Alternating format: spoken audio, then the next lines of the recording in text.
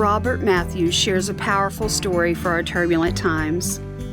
He tells us, a few weeks before September 11th, my wife and I discovered that we were expecting our first child, so she planned a trip to California to visit family. On our way to the airport and after a prayer for her safety, we had a flat tire and she ended up missing her flight. When we returned home, my father, who was a retired New York firefighter, called and informed me that her intended flight was the one that had crashed into the southern tower. My father also told me that he was going to help with the rescue efforts. I was concerned with his safety, of course, but more so because he had never given his life to Christ. Before he got off the phone, he said, "Take good care of my grandchild."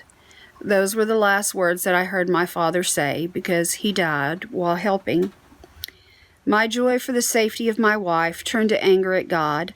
I spent the next 2 years blaming God for taking my father away until one day there was a knock at the door.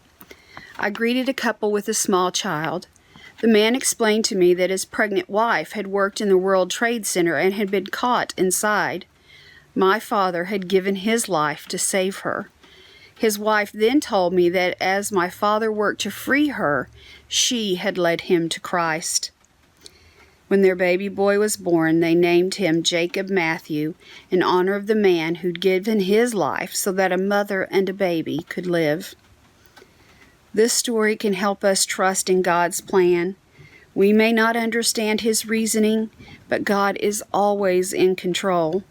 Psalm 136 verse 1 tells us to give thanks to the Lord, for He is good. His love endures forever.